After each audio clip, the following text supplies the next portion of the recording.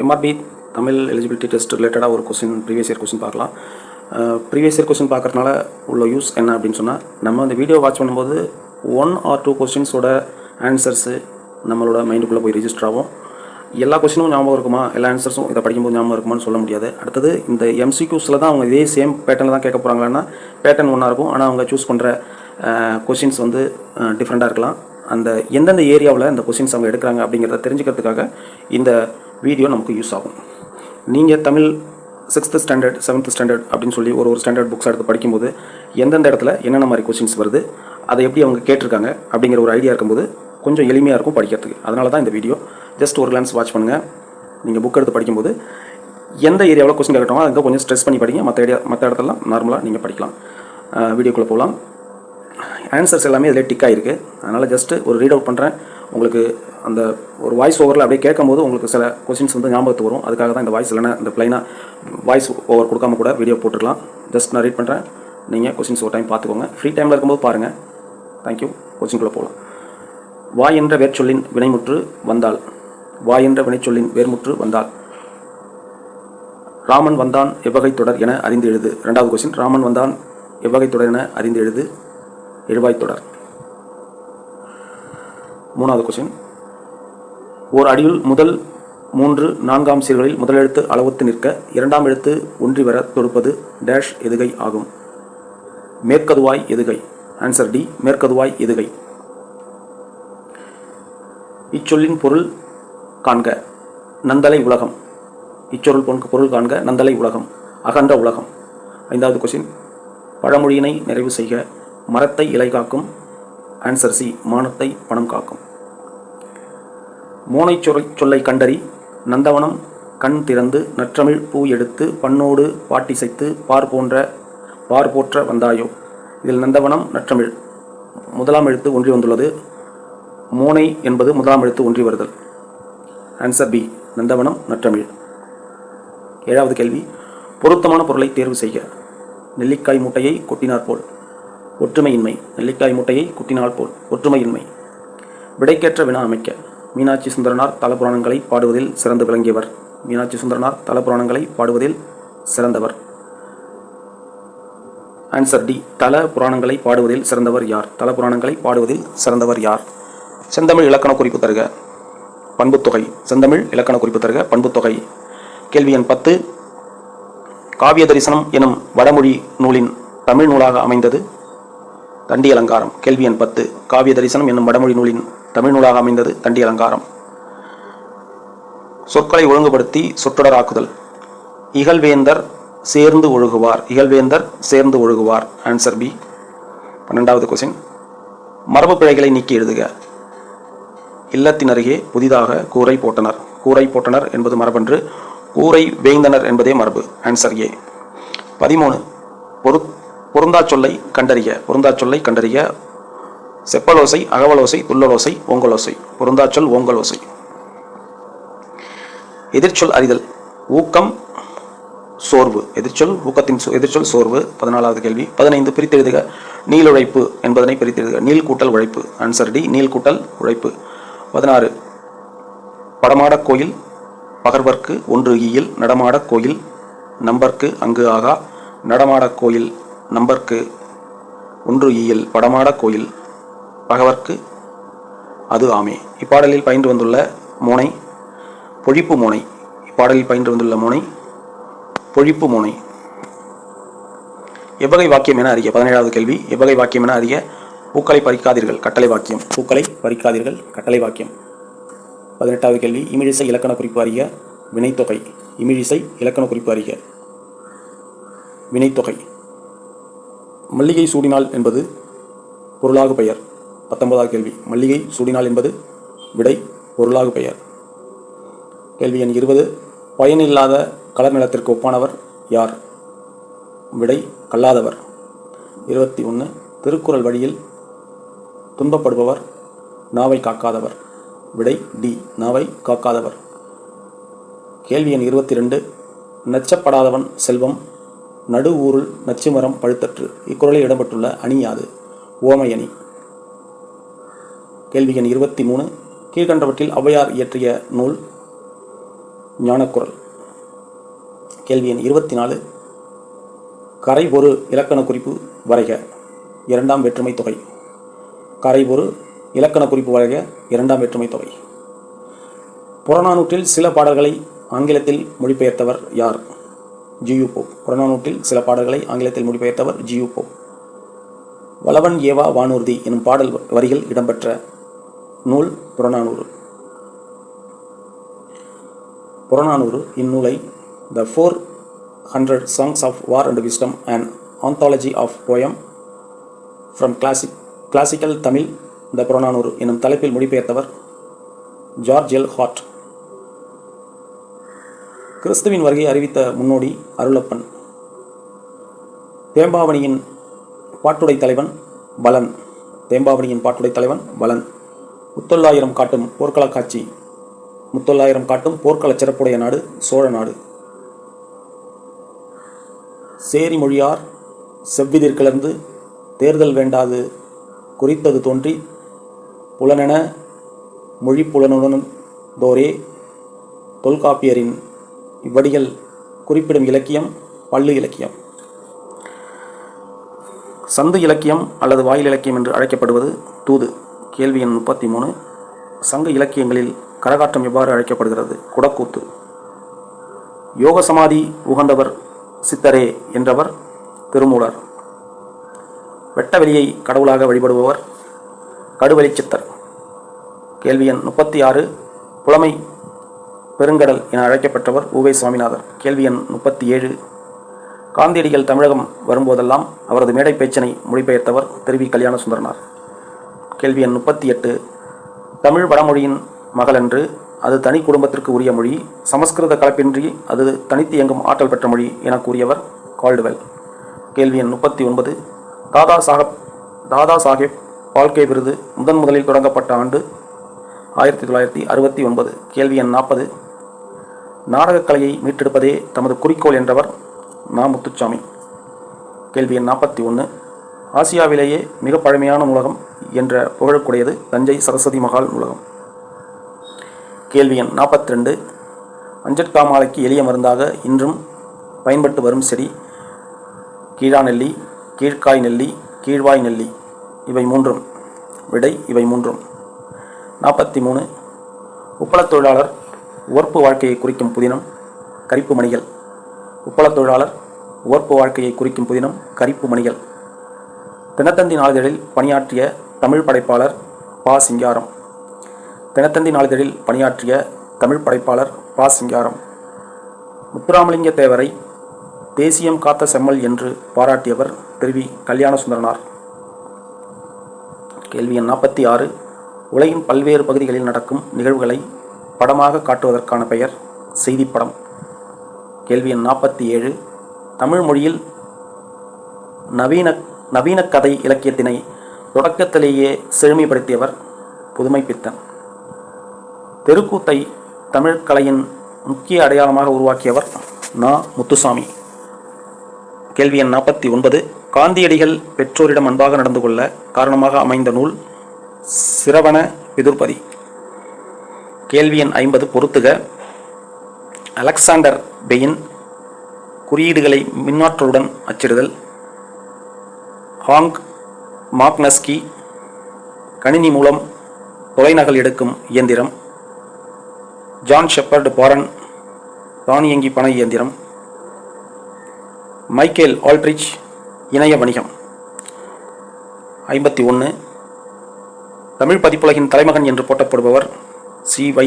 தாமோதரனார். கூற்று 1. மாநகராட்சி கூட்டத்திற்கு தலைமை வகித்தவர் ராஜாஜி. கூற்று 2. அக்கூட்டத்தில் தலையை கொடுத்தேனும் தலைநகரை காப்போம் என்று மாப்போசி முழங்கினார். கூற்று 2 மற்றும் சரி. அக்கூட்டத்தில் தலையை கொடுத்தேனும் தலைநகரை காப்போம் என்று முழங்கியவர் மாப்போசி. 53வது கேள்வி. திருச்சிராப்பள்ளிக்கு அருகில் அமைந்துள்ள அல்லூரில் திருவள்ளுவருக்கு தவச்சாலையை அமைத்தவர் ரா. இளங்குமரனார். ராசராச சோழனுக்கு கோயில் கட்ட வேண்டுமென்ற ஆர்வத்தை தூண்டிய கோயில் எது? ராச சிம்மேச்சுரம் கோயில். 55. குந்தி தின்றால் குன்றும் கரையும் என்னும் பழமொழி உணர்த்தும் பொருளை எழுதுக. உழைக்காதவன் செல்வம் அழியும். அகர வரிசைப்படுத்துக. உடுக்கை, கணப்பறை, தவில், நாகச்சுரம், படகம், மகுடி. 57வது கேள்வி. மணக்குரங்கு என்னும் சொல்லிற்கு இலக்கண குறிப்பு தருக. உருவகம். பொருந்தாத சொல்லை கண்டறிக. பொருந்தாத சொல்லை கண்டறிக. கடல், பறவை, ஆழி, ஆறு. கடல், பறவை, ஆழி மூன்றுமே கடலை குறிக்கக்கூடியது. ஆழி ஆறு. எனவே பொருந்தாதது ஆறு. பிழை திருத்தம் செய்க. மயில் அகவும், குயில் கூவும், ஆந்தை அலரும். பதில் சி. மயில் அகவும், குயில் கூவும், ஆந்தை அலரும். பிழை திருத்தம் செய்க. கேள்வி எண் 60. வாழைப்பழ தோல் சறுக்கி ஏழை கிழவன் வியாழக்கிழமை கீழே விழுந்தான். ஏ. கேள்வி எண் 61. பிறவினை சொற்களை கண்டறிய. வருவித்தான், திருத்தினான். சி. விடை சி. வருவித்தான், திருத்தினான். 62. பின்வரும் தொடரை கண்டறிய. பூங்குழலி யாழ் மீட்டினாள். செய்வினை தொடர். பூங்குழலி யாழ் மீட்டினாள். செய்வினை தொடர். 63. கேள்வி எண். விடைக்கேற்ற வினா அமைத்தல். வணிக அறிவியல் முதலீட்டை பெருக்குவதற்கான பொருளை கண்டுபிடிக்கிறது. வணிக அறிவியல் முதலீட்டை பெருக்குவதற்காக பொருள்களை கண்டுபிடிக்கிறது. எத்தகைய முதலீட்டை பெருக்குவதற்காக பொருள்களை கண்டுபிடிக்கிறது? எத்தகைய முதலீட்டை பெருக்குவதற்காக பொருட்களை கண்டுபிடிக்கிறது? விடை பி. கேள்வி எண் 64. அகர வரிசைப்படுத்து. கேள்வர், சாவகர், நசையி, நல்குவர், ஒலிக்கும், பொத்து, மஞ்சள். தா என்ற வேர்ச்சொல்லின் வினையால் அணையும் பெயர் தந்தவர். தா என்ற வேர்ச்சொல்லின் வினையால் அணையும் பெயர் தந்தவர். வேர்ச்சொல்லை தேர்வு செய்ய. மலர் வீட்டுக்குச் சென்றாள். செல் என்பது வேர்ச்சொல். கேள்வி எண் 67. ஒளி வேறுபாடறிந்து சரியான பொருளை அறிதல். சூழ், சூழ், சூழ். சூழ் என்பது கருப்பம். சூழ் என்பது சுற்று. சூழ் என்பது சபதம். பிழையற்ற தொடரை கண்டறிக. எங்கள் ஊரில் உழவர் ஒருவர் வாழ்ந்தார். விடை ஏ. கேள்வி எண் 69. கீழ்காணும் சொல் வழக்கினை வரிசைப்படுத்துக. நாகரிகம் கருதி மறைமுகமாக குறிப்பிடுதல் இடக்கரடல். 1 சரி. மங்களமான சொற்களை மாற்றி மங்களம் இல்லா சொல்லால் குறிப்பிடுதல் மங்களம். இது தவறு. மங்களம் இல்லாத சொற்களை மாற்றி மங்களமான சொல்லால் குறிப்பிடுதல் தான் மங்களம். ஒரு சொல்லுக்கு மாற்றாக வேறு சொல்லை பயன்படுத்தும் முறையே இடைக்கரடல், மங்களம் ஆகியவை ஆகும். சரி. கேள்வி எண் 70. வெண்பாவுக்குரிய ஓசை செப்பலோசை. வெண்பாவுக்குரிய ஓசை செப்பலோசை. பொருத்தமான பொருளை தேர்வு செய்தல். முல்லைப்பாட்டு நப்பூதனார். முல்லைப்பாட்டு நப்பூதனார்.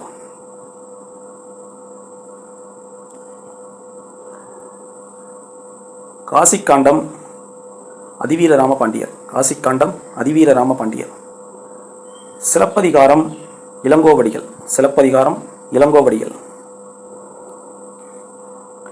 காலக்கணிதம் கண்ணதாசன்.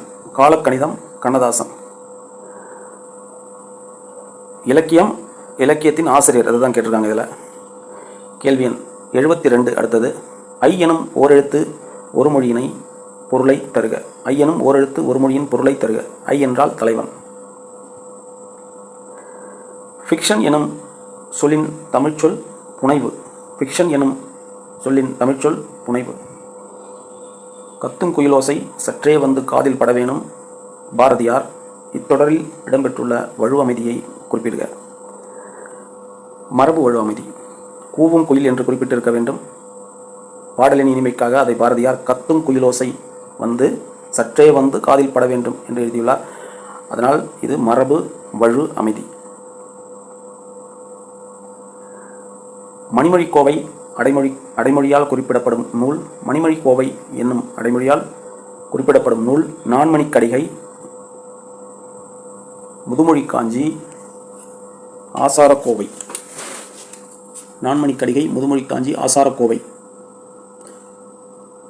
இவை மூன்றும் மணிமொழி கோவை என்னும் அடைமொழியால் குறிப்பிடப்படுகின்ற நூல்களாகும். நான்மணிக்கடிகை, முதுமொழி காஞ்சி, ஆசாரக்கோவை. பதினெண் என்றால் 18. கேள்வி எண் 76. பதினெண் என்றால் 18. கேள்வி எண் 77. இனியவை 40 பாடலின் ஆசிரியர் யார்? பூதஞ்சேந்தனார். இனியவை 40 பாடலின் ஆசிரியர் பூதஞ்சேந்தனார். பூவையும் குயில்களும் புலங்கை வண்டரும் இவ்வடிகளில் பூவையும் என்பது டேஷை குறிக்கும். நாகனவாய் பறவைகளை குறிக்கும். பூவையும் குயில்களும் புலங்கை வண்டரும் இவ்வடியில் பூவையும் என்பது நாகனவாய் பறவைகளை குறிக்கும். உத்தரகாண்டம் எழுதியவர் ஒட்டக்கூத்தர். உத்தரகாண்டம் எழுதியவர் ஒட்டக்கூத்தர். கேள்வி எண் 80. பாடை மாக்கள் என அழைக்கப்படுபவர்கள் யார்? பழமொழிகள் பேசும் மக்கள். பாடை மாக்கள் என அழைக்கப்படுபவர்கள் பழமொழி பேசும் மக்கள். பொறுத்துக. மணிமேகலை சீத்தலை சாத்தனார். நூலாசிரியர் மணிமேகலை சீத்தலை சாத்தனார். சிலப்பதிகாரம் இளங்கோவடிகள். சிலப்பதிகாரம் இளங்கோவடிகள். பெரிய புராணம் சேக்கிழார். பெரிய புராணம் சேக்கிழார். திருவிடையாடற் புராணம் பரஞ்சோதி முனிவர். திருவிடையாடற் புராணம் பரஞ்சோதி முனிவர். முடிகெழு வேந்தர் மூவர்க்கு உரியது என அழைக்கப்படும் காப்பியம் எது? முடிகெழு வேந்தர் மூவர்க்கு உரியது என அழைக்கப்படும் காப்பியம் எது? சிலப்பதிகாரம். ஓங்கு தன்பனைச்சூழ் நீப வனத்தை நீத்து ஒருபேதேனும். ஓங்கு தன்பனைச்சூழ் நீப வனத்தை நீத்து ஒருபோதேனும் எனும். நீபவனம் என்பது கடம்பவனம். இவ்வடியில் நீபவனம் என்பது கடம்பவனம். கேள்வி எண் 84. பாரதியார் பாடிய பாடல்களுள் ஒன்று குயில்பாட்டு. பாரதியார் பாடிய பாடல்களுள் ஒன்று குயில்பாட்டு.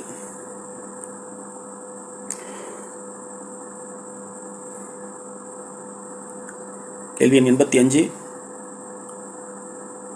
வாளெங்கே நீண்டு எழுந்த வல்லூகி ரெங்கே நாலு என தொடங்கும் இரட்டுற மொழிதல் பாடலின் ஆசிரியர் யார்? வாளெங்கே நீண்டு எழுந்த வல்லுகி ரெங்கே நாலு என தொடங்கும் இரட்டுறு மொழிதல் பாடலின் ஆசிரியர் யார்? காளமேகம். 86. கேள்வி எண் 86. சரியான விடையை கண்டறிய.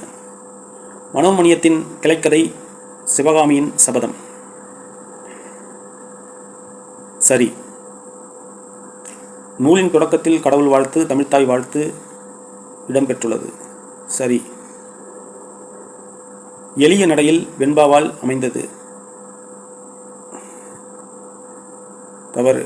மனோன்மணியம் தமிழின் முதல் பாவடிவ நாடக நூல். மனோன்மணியம் தமிழின் முதல் பாவடிவ நாடக நூல். சரி. கேள்வி எண் 87. திருவிருத்தம் என்ற நூலின் ஆசிரியர் நம்மாழ்வார். திருவிருத்தம் என்ற நூலின் ஆசிரியர் நம்மாழ்வார். கேள்வி எண் 88. திருக்கேதார பதிகத்தை பாடியவர் யார்? சுந்தரர். திருக்கேதார பதிகத்தை பாடியவர் யார்? சுந்தரர். மார்கழி திங்களில் திருமால் கோயிலிலும் வீடுகளிலும் ஓதப்படும் பாடல் திருப்பாவை. மார்கழி திங்களில் திருமால் கோயில்களிலும் வீடுகளிலும் ஓதப்படும் பாடல் திருப்பாவை. கேள்வி எண் 90. தமிழ் பெருங்காவலர் என்ற சிறப்பு பெயருக்குரியவர் தேவநேய பாவனர். தமிழ் பெருங்காவலர் என்ற சிறப்பு பெயருக்குரியவர் தேவநேய பாவனர். திருக்குறள் மூலத்தை நேரடியாக படிக்க விரும்பியே தமிழ் பயிலத் தொடங்கினேன் என்று கூறியவர் காந்தியடிகள். தமிழக அரசின் பாவேந்தர் நினைவு பரிசினை பெற்ற முதல் பாவலர் ஓமை கவிஞர் சுரதா. தமிழக அரசின் பாவேந்தர் நினைவு பரிசினை பெற்ற முதல் பாவலர் ஓமை கவிஞர் சுரதா. பகுத்தறிவு கவிஞர் என்று புகழப்படுபவர் உடுமலை நாராயண கவி. வாழ்வினில் செம்மையை செய்பவள் நீயே எனும் தமிழ்த்தாய் வாழ்த்து பாடலை பாடியவர் பாவேந்தர் பாரதிதாசன். கேள்வி எண் 95. திருவரங்கத்தில் நாயக்க மன்னர் மற்றும் அவரது பட்டத்தரசின் உருவங்கள் கம்பீரமாக காட்சியளிப்பது 4 அடி உயரத்தில். சரியானவற்றை பொறுத்துக. அக்ஷராபியாசம் எழுத்து பயிற்சி, வித்யாபியாசம் கல்வி பயிற்சி, வித்யாரம்பம் கல்வி தொடக்கம், சீதாள பத்திரம் தாழை மடல். கேள்வி எண் 97. எனக்கு வறுமையும் உண்டு, மனைவி மக்களும் உண்டு, அவற்றோடு மானமும் உண்டு என்று கூறிய தமிழறிஞர் தேவநேய பாவனர். 98.